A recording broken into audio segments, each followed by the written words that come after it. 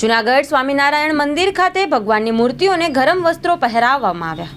શ્રી સ્વામિનારાયણ મુખ્ય મંદિર, જવાહર રોડ. આજના ઠાકોરજીને શિયાળાનો પોશાક, ગરમ વસ્ત્ર ધારણ કરાવવામાં આવ્યા છે. ભક્તનો ભાવ એ હોય છે, આમ તો 14-12થી ધનુર્માસનો પ્રારંભ થતો હોય અને 14 ઉત્તરાયણે પૂરો થતો હોય.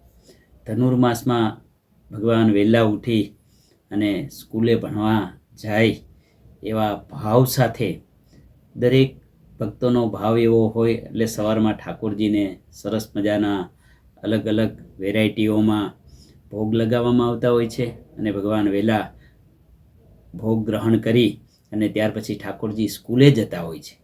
હિન્દુ સંસ્કૃતિની આપણી જે પરંપરા છે, આવી રીતે અલગ અલગ ભાવને કારણે ભગવાનને પણ એક જીવનની અંદર રાજી કરવા માટેના ભાવને કારણે આજે ઠાકોરજી જ્યારે વહેલા સ્કૂલે જતા હોય, ઠંડીનો સમય હોય એટલે ગરમ વસ્ત્ર ધરાવવામાં આવતા હોય છે.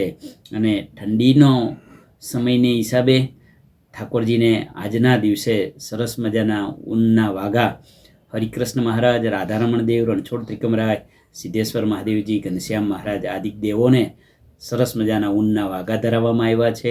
અને વિશેષ સૌ ભક્તોની મનોકામના પૂર્ણ થાય અને વિશેષ સવારમાં ધૂન ભજન પણ વિશેષ થતું હોય છે.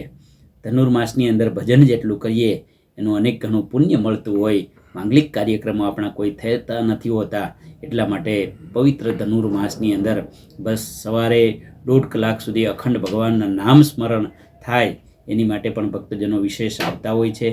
આરતીના મંગળા આરતીમાં, દર્શનમાં પણ વિશેષ આવતા હોય છે અને ત્યારબાદ શણગાર આરતીમાં ઠાકોરજીને વિવિધ પ્રકારના નાસ્તાના ભોગ લગાવી અને ત્યાર પછી ઠાકોરજીની આગળ પુસ્તકો, રમકડાઓ આદિ, જેમ નાનું બાળક રમતું હોય, નાનું બાળક સ્કૂલે જાય ત્યારે બધી વસ્તુ એક સાથે લઈ જાય, એમ ઠાકોરજીની આગળ પણ આ ભાવથી વિશેષ પૂજા કરવામાં આવતી હોય છે. સ્વામિનારાયણ મુખ્ય મંદિર, જવાહર રોડ, જૂનાગઢ.